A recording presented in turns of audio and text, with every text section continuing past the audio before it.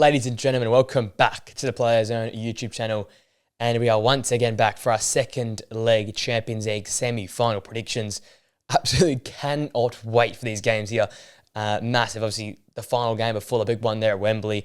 But, four amazing teams, two great ties, and just absolutely cannot wait to see what turns out here and who makes it all the way to Wembley for the Champions League final. Some mini plots in here with players wanting to win the Champions League, wanting success here in this season, saving managers' jobs potentially, adding to managers' legacies and players' legacies. So there's so much excitement surrounding these games here. With that all being said, let's jump straight in these predictions here and see how I see these Champions League semi-final second leg ties going.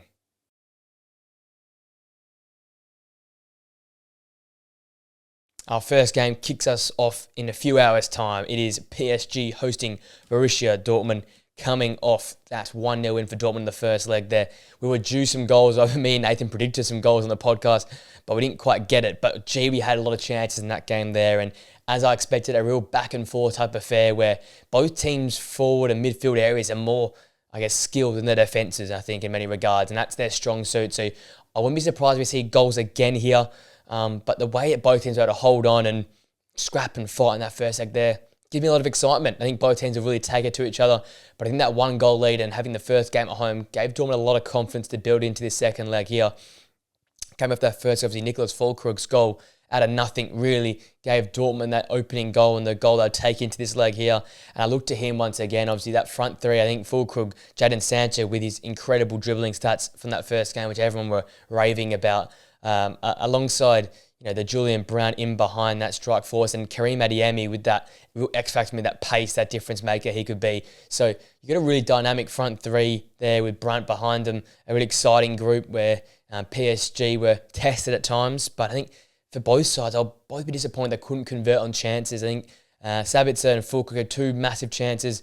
Sabitzer towards the end of the first half, Füllkrug in the second half, where they could have and should have really scored. And you think back to those chances there. If you leave that game 2-0 up, and I think you can basically will this tie over because 2-goal advantage, you trust your backline to hold on away from home. That's basically all done there.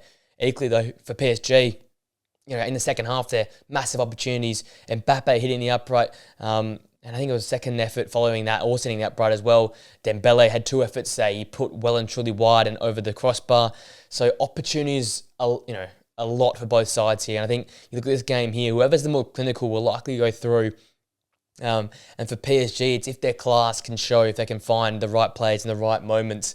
Looking to this game here, I look to the PSG midfield once again. I think they won that midfield battle in the first game. And I look to them once again here to stand up. Vitinha, Zaire, Emery, and Fabio Ruiz in that midfield. A real young, energetic midfield. And I've been so impressed with the football they've played in the Champions League, where I've kept a keen eye on what they've done.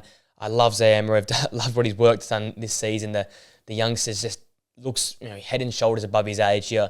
His ability to pick the pass, to be aggressive in midfield, to really dribble past defenders. And for me, the difference making a lot of these games has been Vitinha.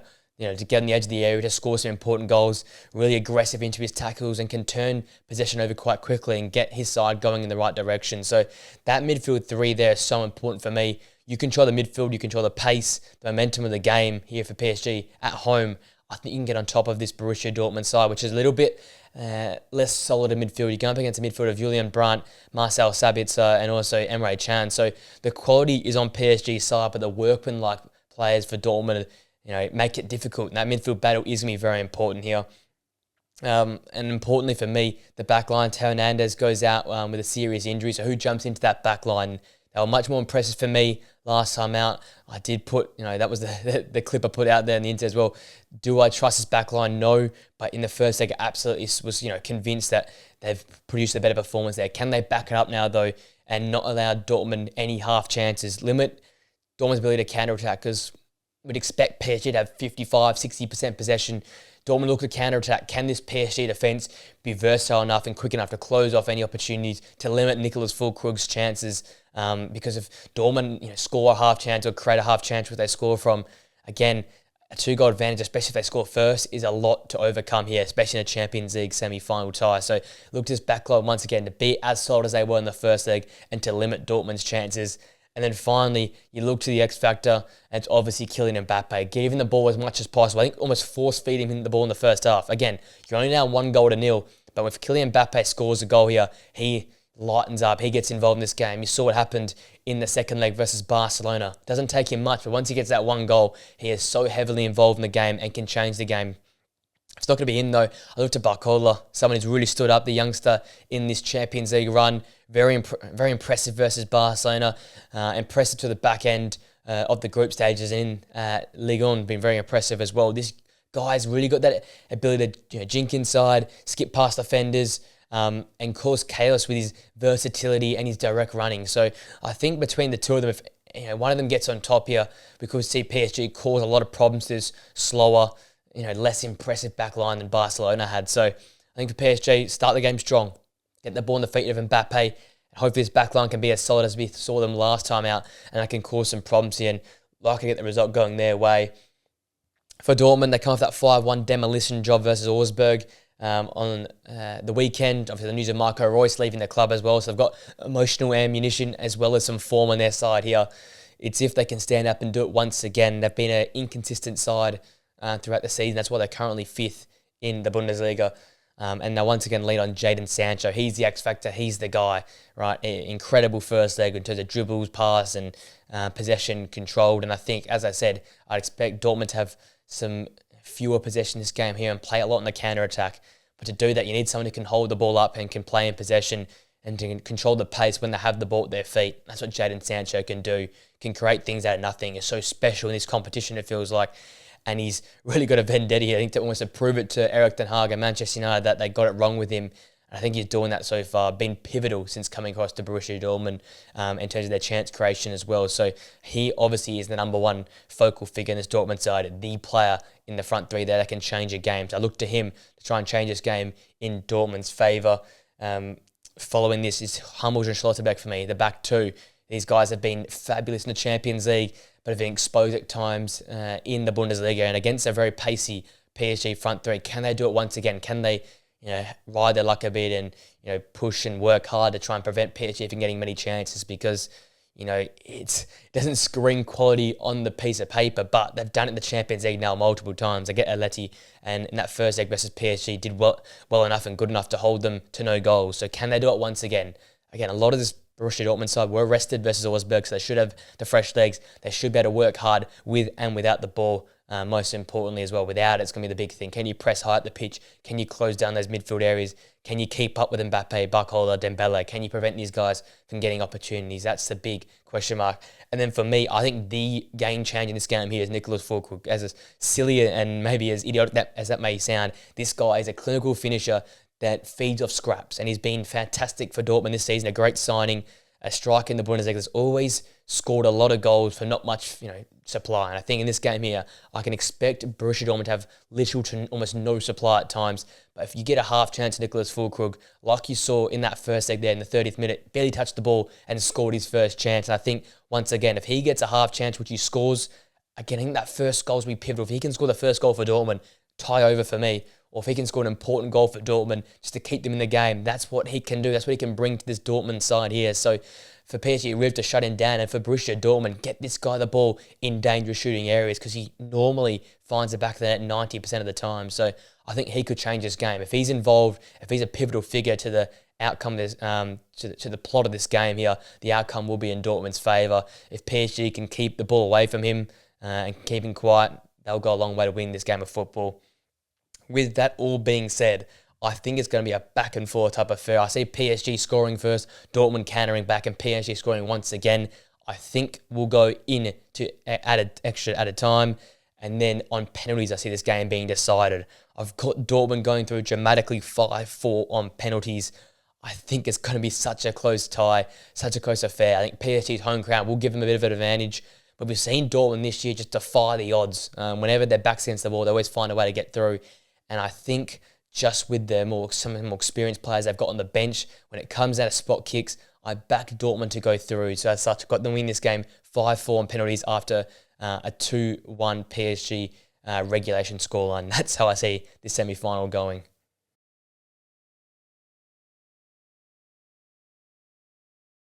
Alrighty, now across to the Wednesday night game, the massive one. It is Real Madrid hosting Bayern Munich.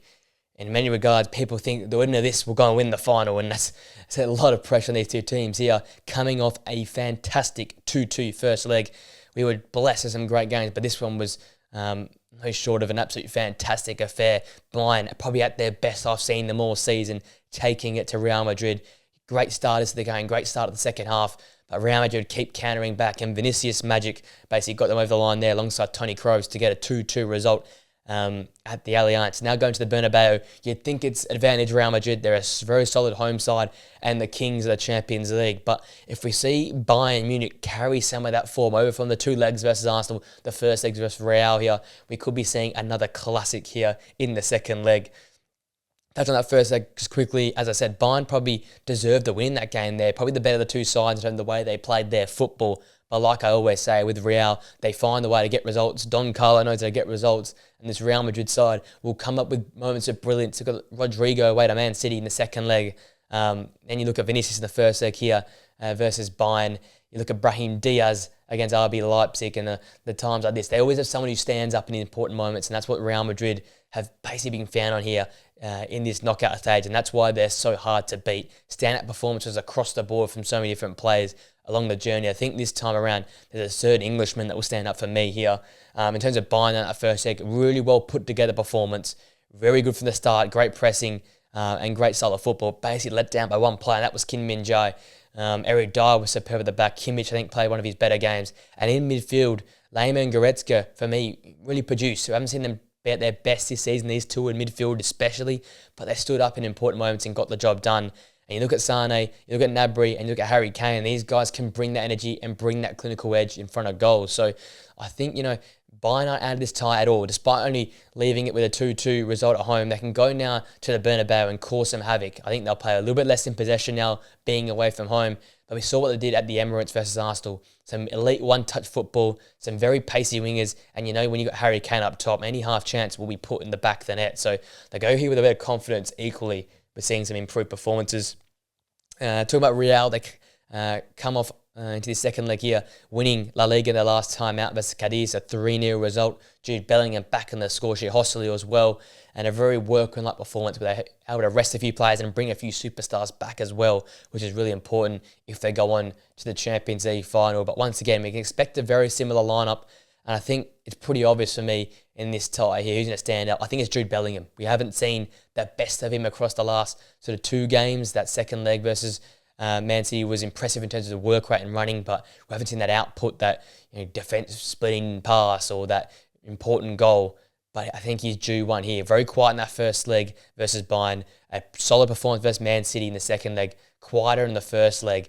This one here, I expect him to explode here, get involved in the game, be pivotal to goals, either assisting or scoring them himself. I think he will be the guy to stand out in this game for Real. It's almost made for him this moment here to go to Wembley, to go to London, and as an Englishman, I can see him being the important player here, driving from those midfield areas, opening up spaces, being a late arrival into the box and scoring some goals. I feel like we're just due a Bellingham masterclass. We've had Rodrigo versus Man City, Vinicius in the first leg versus Bayern. I think it's Bellingham's time here. And I touched on those front three. I think they'll be massive once again. At home, Real, you can expect a bit more possession and try and break through the lines here. And I think if Bayern continue to play this high line, which they've played, Rodrigo, Vinicius can easily work their way in behind. And like we saw in the first leg, Vinicius so dynamic, so locked in, obviously now becoming equal contributions in the Champions League knockouts with Lionel Messi, going to show how much of a clutch player he is. I think he'll stand out once again, not be the focal figure, but very important once again. Rodrigo, we know how silky smooth he can be and how important he is for these big games in terms of his unselfish running, the way he opens up the game, the way he can feed in Vinicius and Bellingham. So I feel like as a front three, they're all going to be very, very important, but I think Jude Bellingham is the guy that rips this game apart for me. And then following this, I think that midfield duo, Tchouaméni, Valverde, Toni Kroos or Luka Modric, I think that midfield duo though, Tchouaméni and Valverde, the workhorse in that midfield there, they'll get the job done for me. I think they'll overpower this Bayern midfield in terms of controlling the game, controlling momentum, and really making the pressure count. I feel like once they'll get on top, they'll lock the game in, and I feel like these two are pivotal to that, to keeping the pressure on Bayern Munich to winning the ball back high up the pitch and to facilitate this front three and let them do what they do best, which is score and create for each other. So I feel like the hard work with and without the ball that Tchouaméni and Valverde will do, like we saw in the first leg, will be replicated here and be so pivotal to what Real Madrid do here at home in this second leg. And I feel like if that game management comes into this game early on after scoring a goal, it's going to look hard for Bayern to get back into this game. But we never quite know. In terms of Bayern, they come off another tough loss in the Bundesliga, losing 3-1 to Stuttgart away from home. But once again, exposed with pace out the back. They bring on some substitutions there, Stuttgart. The likes of Silas getting in behind and scoring goals. And I feel like that's where their weakness has been this season, getting exposed when they're playing that high line. Like we saw in the first leg, Kin being spun in behind by Vinicius. You've got to be wary of that. And I think in this game here, I thought I'd never be saying the words, but Eric Dyer is going to be pivotal to them, being such a great figure in the Champions League and in recent weeks for Bayern in that back line there. He's going to be important to control the game with his important headers, his important clearances, his great work in 1v1 duels at the moment as well. I think he'll be pivotal to holding that back line together. You know, you've got a real, at times, shaky back line, Mazraoui, alongside Kimmich at right back there. And then in the centre, is going to be Kim, is going to be De Ligt, is going to be Eric, alongside Eric Dyer, because Eric Dyer's been the sole, common figure in this Bayern back line. It's produced some fantastic performances. So if Bayern want to be successful, they have to be solid defensively, and I think that's led by Eric Dyer in this game here. And then towards the top end of the pitch there, I think Musiala and Harry Kane are obviously the X factors for me. Musiala, again, a solid first leg, nothing spectacular. And similar to Bellingham, if Bayern go through, I can expect some absolute masterclass here from Musiala, whether it be out in the flank or in behind Harry Kane. We know how good he is with the ball at his feet, with his dribbling in tight areas, the way he opens the game up, the way he can score from many different angles and directions, and with different shots, power, precision. He's got it all, and I feel like he'll be a player, if Bayern go through, it'll be so pivotal to not only their build-up play, but also their finishing product, the end product that he can produce is fantastic. I think his combination with Harry Kane, who we know can feed off scraps, I said it in that first leg prediction, he's someone who can score with nothing fed to him, and you go away to the Bernabeu, you don't expect many opportunities, but Harry Kane can put those limited opportunities into the back of the net. We've seen he's in ridiculous scoring form in the Champions League, in the Bundesliga, and I feel like that will carry over here to this game here. He'll keep Nacho and Rudiger accountable. He'll keep running in behind. He'll keep dropping short to link the game up. And I feel like his dynamism in the way he can score in so many different ways and his clinical edge in front of goal will be the difference here. So if those two, Musiala and Harry Kane, are in great form, if Eric Dyer is resilient and tough to beat at the back, there's no reason why Bayern can't go through and cause a bit of an upset here at the Bernabeu. I think for Bayern, it's self-belief here. Keep taking it to Real Madrid, keep the pressure on them for minute one, and you could be going through here in this tie. It's obviously massive for me, but that first goal will obviously be huge. And I think that's where this game gets changed. I think Real's midfield and forward areas are so good and in such good form. I see them scoring first. And once they score first, I think they get a bit of a roll on here and get the better of Bayern Munich. I've got Real winning this game 3-1, going through 5-3 on aggregate. There's so much goals in this team. There's so much quality in this team. And there's so much confidence in these Champions League games. They'll get over the line and do it quite easily in the end. But never rule Bayern out. They're a team that's been very solid in the Champions League this season, and they might have one more upset in their back pocket.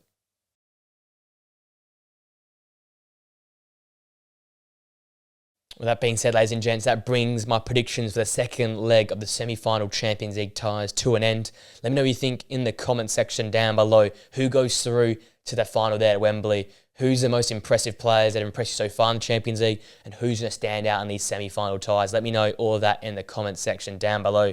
With that all being said, please make sure to like the video if you enjoyed it, guys. Subscribe to the channel for more content like this. Press that post notification bell also so you know when we upload our podcast, prediction videos, analytical videos, reaction videos. It's all going to live here on the Player Zone channel. And please share the channel with mates who enjoy this type of content. That would be much appreciated. With that all being said, ladies and gents, hope you enjoy these massive second leg ties in the Champions League. Hope you enjoy the rest of your day. And I'll see you guys on a video very, very soon. Till next time, guys. See you later.